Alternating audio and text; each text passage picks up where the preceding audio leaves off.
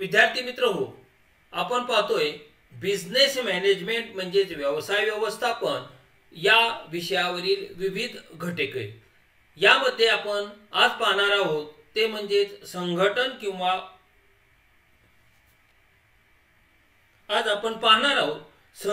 किंवा ऑर्गनायझेशन या घटकावरील multiple choice questions. मित्र हो, मागील भागामध्ये आपण पाहिलेलं होतं ते म्हणजेच संघटन किंवा ऑर्गनायझेशन. आज आपण पाहणार आहोत याच टॉपिकवरील मल्टिपल चॉईस क्वेश्चन्स. विद्यार्थी मित्रांनो, मी प्राचार्य डॉक्टर किशोर जगताप, माझ्या या यूट्यूब चॅनलमध्ये आपणा सर्वांचं स्वागत.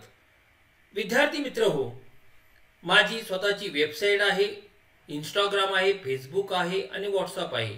या सर्वांच्या लिंक या डिस्क्रिप्शन बॉक्समध्ये दिलेल्या आहेत, त्या तुम्ही फॉलो करू शकता. विद्यार्थी मित्रांनो, जर व्हिडिओ आवडला तर निश्चितपणे व्हिडिओला लाईक करा. हा व्हिडिओ आपल्या सर्व विद्यार्थी मित्रांना शेअर करा आणि ज्यांनी अजूनपर्यंत चॅनलला सबस्क्राईब केलं नसेल त्यांनी त्वरित चॅनलला सबस्क्राईब करावं आणि त्यासमोरील बेल बटन प्रेस करा, म्हणजे प्रत्येक येणाऱ्या व्हिडिओचे नोटिफिकेशन तुम्हाला तुमच्या मोबाईलवर प्राप्त होऊ शकते. विद्यार्थी मित्रांनो, संघटन ऑर्गनायझेशन या घटकावरील मल्टिपल चॉईस क्वेश्चन कसे असणार आहेत या संबंधात आपण भाग पाहूया. एकंदरीत आपल्याला मल्टिपल चॉईस क्वेश्चन जे पाहायचे आहेत ते संघटन या घटकातील अर्थ, व्याख्या, संघटन प्रक्रिया आणि संघटनेची सिद्धांत किंवा तत्वे या सर्व घटकाला अनुसरून हे मल्टिपल चॉईस क्वेश्चन्स असणार आहेत. तर नक्की कसे मल्टिपल चॉईस क्वेश्चन आहेत हे पाहूया. प्रश्न क्रमांक 1. कर्मचाऱ्याची नियुक्ती करून त्यांच्या पात्रतेनुसार त्यांच्यावर योग्य कामाची जबाबदारी सोपवणे म्हणजेच संघटन होय. ए. संघटन. Question number 2. व्यवसाय संस्थेतील निश्चित उद्दिष्टांच्या पूर्ततेसाठी एकत्रित येऊन कार्य करणाऱ्या व्यक्तींचा एक विशेष समूह म्हणजे संघटन होय. प्रश्न क्रमांक 3. व्यवसाय संस्थेतील संघटन प्रक्रिया ही व्यवसायातील कोणत्या कार्याशी संबंधित असते? वार्षिक कार्य, सहामाही कार्य, तिमाही कार्य का दैनंदिन कार्य? तर व्यवसाय संस्थेतील संघटन प्रक्रिया ही व्यवसायातील दैनंदिन कार्याशी संबंधित असते. डी. Question number 4. व्यवसाय संस्थेतील संघटन प्रक्रियेत खालीलपैकी कोणत्या अवस्थांचा समावेश असतो? संघटन प्रक्रियेमध्ये कार्यनिश्चिती या अवस्था आहे का? श्रम विभागणी ही अवस्था असते का? अधिकाराचे वाटप ही अवस्था आहे का? त्यांना अवस्था म्हणा, प्रक्रिया म्हणा, टप्पे म्हणा. तर संघटन प्रक्रियेमध्ये प्रामुख्याने कार्यनिश्चिती, श्रम विभागणी आणि अधिकाराचे वाटप हे सर्व अवस्था किंवा टप्पे असतात आणि म्हणून उत्तर आहे डी वरील सर्व. प्रश्न क्रमांक 5. संघटनेची दैनंदिन कार्य लक्षात घेऊन कामाची विविध गटामध्ये विभागणी करताना कोणत्या कार्याचे विविध गट तयार करावे लागतात? कोणती कार्य आहेत अशी? एक समान असणारे जे कार्य आहेत त्यांचे गट करावे लागतात, विषम कार्य आहेत त्याचे विविध गट तयार करावे लागतात का वरील दोन्ही का वरील पैकी एकही नाही? तर समान कार्य असतील, उदाहरणार्थ उत्पादन एक घटक, दुसरा विक्री एक गट, खरेदी विभाग एक गट, मनुष्यबळ विभाग एक गट, म्हणजेच त्या गटामधील सर्व कार्य ही एकाच प्रकारची असणं आवश्यक आहे, समान असणं आवश्यक आहे. ए. प्रश्न क्रमांक 6. व्यवसाय संस्थेतील संघटन प्रक्रियेमध्ये योग्य व्यक्तीला योग्य काम देणे म्हणजेच श्रम विभागणी, कार्यवाटप, का कामाची विभागणी? खरं तर श्रम विभागणी, कार्याचे वाटप आणि कामाची विभागणी हे तिन्ही पर्यायी एकमेकाला शब्द आहेत. तिन्हींचाही अर्थ एकच आहे आणि म्हणून उत्तर आहे डी वरील सर्व. प्रश्न क्रमांक 7. संघटन प्रक्रियेमध्ये अधिकार प्रदान करताना अधिकार व जबाबदारी यामध्ये काय असणे आवश्यक आहे? समतोल असणे आवश्यक आहे का असमतोल असणं आवश्यक आहे का अधिकार जास्त असणं आवश्यक आहे आणि जबाबदारी कमी असणं आवश्यक आहे का अधिकार कमी असणं आवश्यक आहे आणि जबाबदारी जास्त असणं आवश्यक आहे? तर यामध्ये समतोल असणं आवश्यक आहे आणि म्हणून उत्तर आहे ए. प्रश्न क्रमांक 8. संघटनेची तत्वे किंवा सिद्धांत प्रिन्सिपल ऑफ ऑर्गनायझेशन कोणत्या प्रकारच्या व्यवसाय संस्थांना उपयुक्त असतात किंवा ठरतात? लहान स्वरूपाच्या व्यवसाय संस्थांना का मध्यम स्वरूपाच्या व्यवसाय संस्थांना का मोठ्या स्वरूपाच्या व्यवसाय संस्थांना? व्यवसाय संस्थेचं स्वरूप कसंही असू द्या, प्रत्येक व्यवसाय संस्थेला संघटनेची तत्वे किंवा सिद्धांत उपयुक्तच असतात आणि म्हणून ती व्यवसाय संस्था लहान असो, मध्यम असो किंवा मोठी असो. आणि म्हणून आपल्याला म्हणता येईल की या तिघांनाही व्यवसाय संस्थेतील संघटनेची तत्वे किंवा सिद्धांत हे उपयुक्त ठरतात. डी वरील सर्व. प्रश्न क्रमांक 9. एका कर्मचाऱ्यावर किंवा एका विभागावर एकाच वरिष्ठ अधिकाऱ्याचे डायरेक्ट कंट्रोल थेट नियंत्रण असणे हे संघटनेचे कोणते तत्व आहे? त्याला आदेशाच्या एकवाक्यतेचे तत्व असं म्हणतात आणि म्हणून उत्तर आहे ए. विद्यार्थी मित्रांनो, मी पुन्हा आणि वारंवार सांगतो की कुठल्याही परिस्थितीमध्ये जर तुमचा थेरॉटिकल पार्ट चांगला असेल तर तुम्ही मल्टिपल चॉईस क्वेश्चन्स निश्चितपणे चांगल्या पद्धतीने सोडवू शकता. किंबहुना तुम्ही थेरॉटिकल भाग चांगल्या प्रकारे अभ्यासलेला असेल, त्या कन्सेप्ट तुम्ही समजून घेतलेल्या असतील, त्याचं आकलन करून घेतलेलं असेल तर तुम्हाला प्रश्नाची उत्तर डिस्क्रिप्टिव्ह टाईप येऊत, ऑब्जेक्टिव्ह टाईप येऊत किंवा मल्टिपल चॉईस या पद्धतीने येऊत, तुम्हाला प्रत्येक प्रश्नाचं समर्पक उत्तर हे सहज देता येऊ शकेल. म्हणून प्रत्येक घटकाचा थेरॉटिकल पार्ट चांगल्या प्रकारे अभ्यासा, ते समजून घ्या. त्यासाठी थेरॉटिकल पार्टचे सगळे व्हिडिओ वारंवार पाहणे, ऐकणे हे महत्त्वाचे आहे. प्रश्न क्रमांक 10. व्यवसाय संघटनेतील एका अधिकाऱ्याच्या अधिपत्याखाली कमीत कमी म्हणजेच किमान व जास्तीत जास्त म्हणजे कमाल किती कर्मचारी असायला पाहिजेत हे निश्चित करणारे तत्व म्हणजेच नियंत्रण विस्ताराचे तत्व. बी.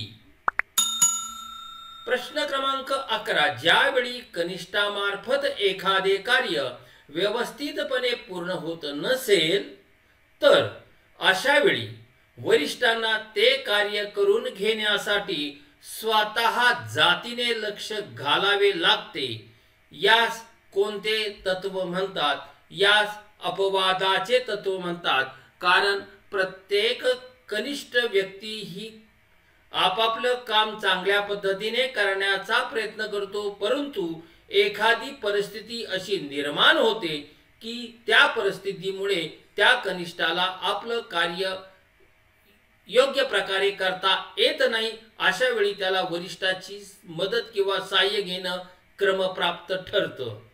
त्याला अपवादात्मक परिस्थिती म्हणतात आणि या अपवादात्मक परिस्थितीचे जे तत्व आहे त्यालाच अपवादाचे तत्व असे म्हटले जाते.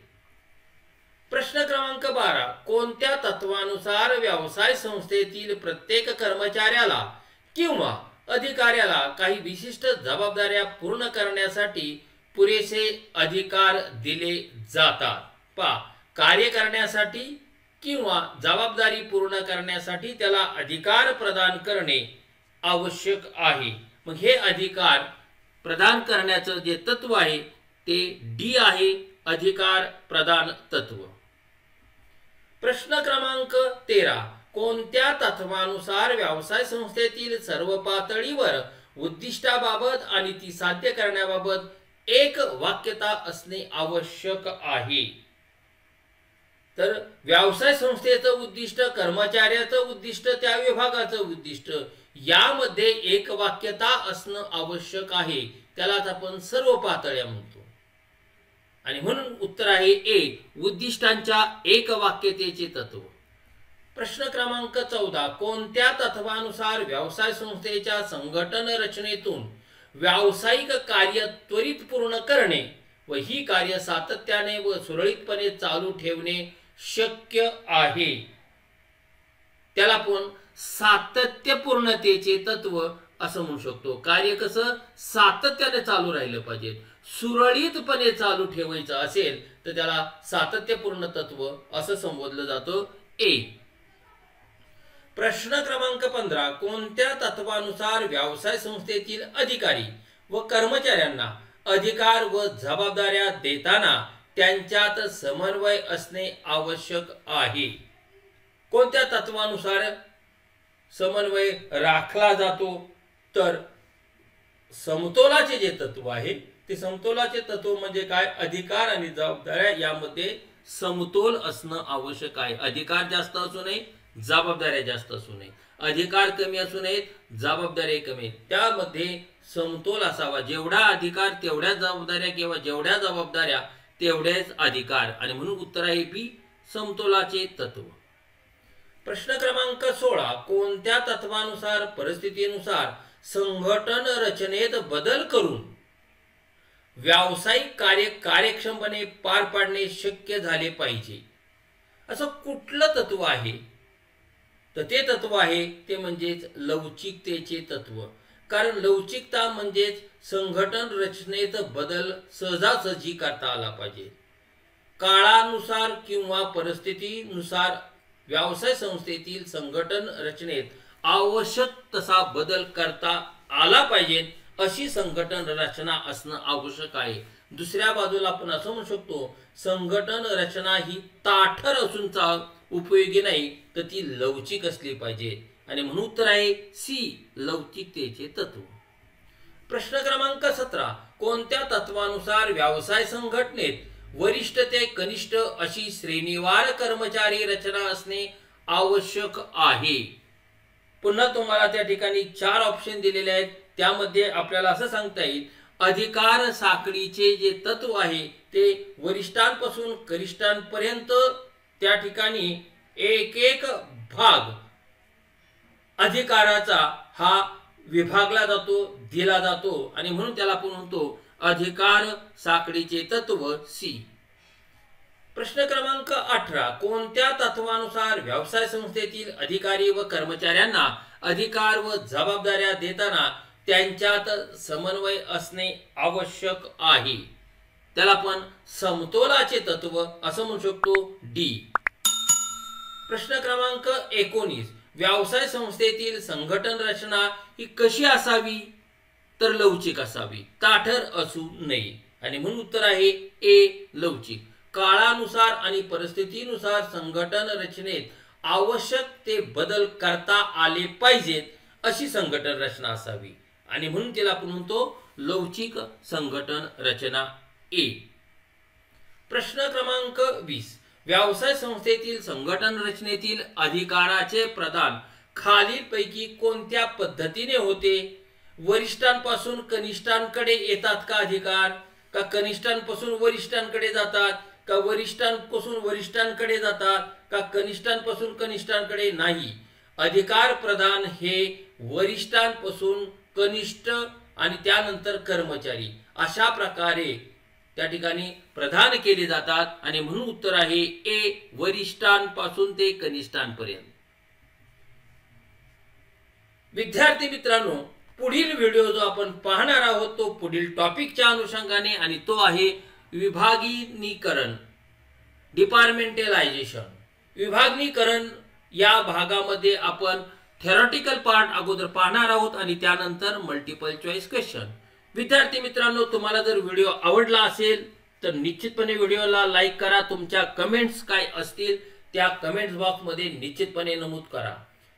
हा व्हिडिओ आपल्या सर्व विद्यार्थी मित्रांना शेअर करा आणि ज्यांनी अजूनपर्यंत चॅनलला सबस्क्राइब केलं नसेल त्यांनी त्वरित चॅनलला सबस्क्राइब करा आणि त्या समोरील बेल बटन प्रेस करा, म्हणजे व्हिडिओ आणि त्या संबंधातले नोटिफिकेशन तुमच्या मोबाईलवर तुम्हाला प्राप्त होऊ शकतील।